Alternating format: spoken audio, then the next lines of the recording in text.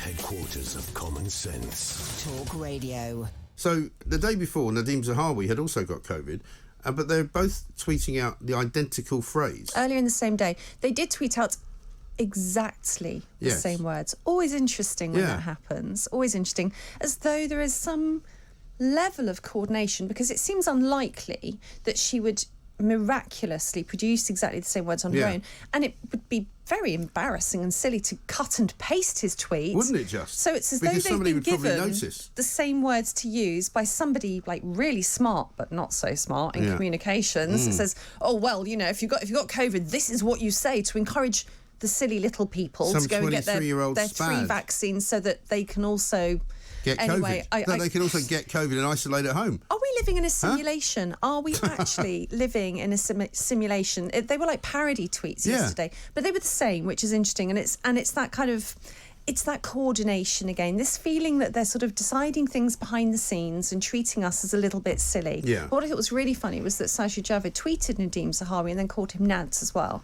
And he doesn't know what Nads are, does he? Obviously or does not. he? Well, maybe not. Is that his funny little nickname for Nadeem Zahawi? Well, could be. That would be funny. I mean, we know what Nads are, don't we? Yeah, we certainly do. We're not going to sit on a breakfast There's show. normally a post-breakfast two letters before, and the Nads is short for that, right? Yeah, exactly. Yeah, okay. Just want to make sure we're on the same page here. We're on the same page. Now, it's an interesting nickname. talk to me about Spain and travel advice, because we're going to do a bit of travel later on in the show to find out where we are. Because, to be honest, I've completely lost the plot. I don't know what the restrictions are, if there are any, and half-term's coming up. Yeah, well, a friend was talking to me about this. It's just one thing I'm going to drop in, and it's still on the subject to Nudge, because I'm relentlessly on mission today, Mike.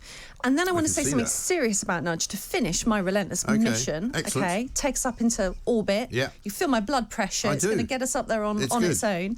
Okay, so a friend was telling me that the official UK government travel advice to go to Spain is apparently, I haven't checked the website myself, that if you're over 12, you must be fully vaccinated. But this is apparently not true, because you need Spain's health pass, which would also include, for instance, being fully recovered. Right.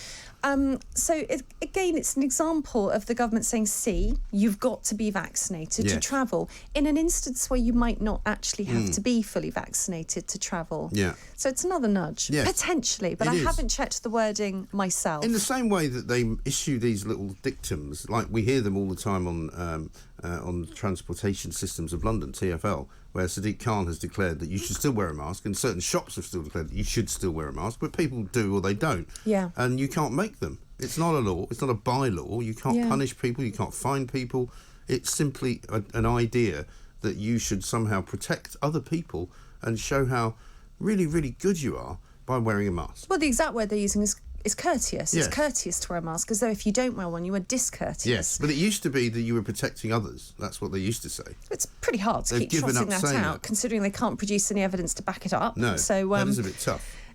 So the implication is that if you don't wear a mask, you're discourteous. And in fact, other people have already commented on this now, that the mask has become a symbol of morality. Well, it's really not, because it's not a courtesy to wear something that's ineffective and not legally required. Right. You know, we're not... And possibly harmful. But possibly. We need the RCTs to prove either way, to be honest. And it's not like they haven't had the budget to do the RCTs had they wanted to. No.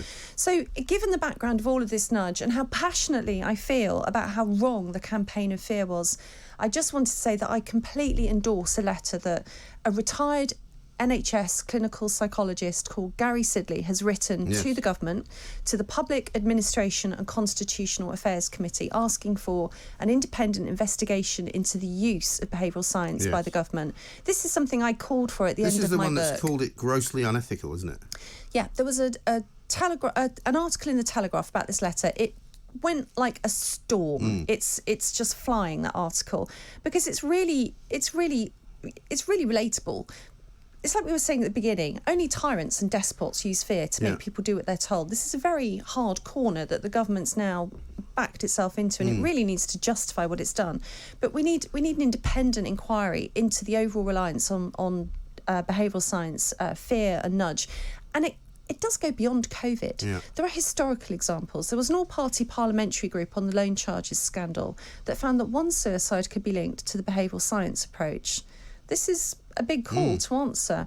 You know, furthermore, there was a joint collaboration between the Behavioural Insights team, the Nudge Unit, and Sky, talking about how to use Sky's programming to nudge people towards a highly controversial political goal of net zero. Yes.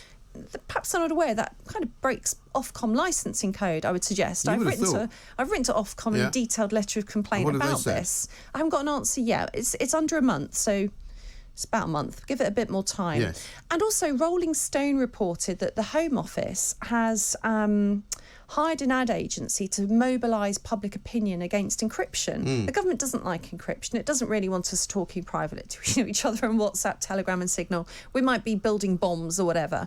But what the ad campaign is going to do is to mobilise parents, concerned parents who don't really understand what encryption is, by making out it's a really dangerous route to child sexual exploitation. So the use of fear, behavioural science and nudging is just ongoing. And there's plenty of methods of which you can access children via the internet for nefarious purposes, which they haven't stopped. So why do they want to stop this one? It's really a hook. It's a hook to grab onto people's fears and concerns. It's a really easy audience to grab onto, concerned parents. And the more I watched it yesterday, and the more that I think about this kind of accusation to the nudge people about grossly unethical behaviour, the more I see this is all unravelling massively for what the government did, and the more damaging it's going to be to their credibility. I think that we have to look upon this as at least an opportunity to set the house in order. Yeah. We pay taxes to the government to serve us. We're about to pay more. We're about to pay a hell of a lot more. And so I want to know if the government employs behavioural scientists, nudge units and propaganda units, exactly what they're doing and why. More than that, I want to buy into it. I should be consulted on it. We, the public, should be consulted. Maybe you should be on the committee that decides on what people's behaviour should be. I could certainly provide evidence to the committee, and I would be very happy to do so, and I really hope it happens. That would be Good talk. Hot talk. Bold talk. Talk radio. Listen on your smart speaker. Watch it live on your smart TV. The world headquarters of common sense. Talk Radio.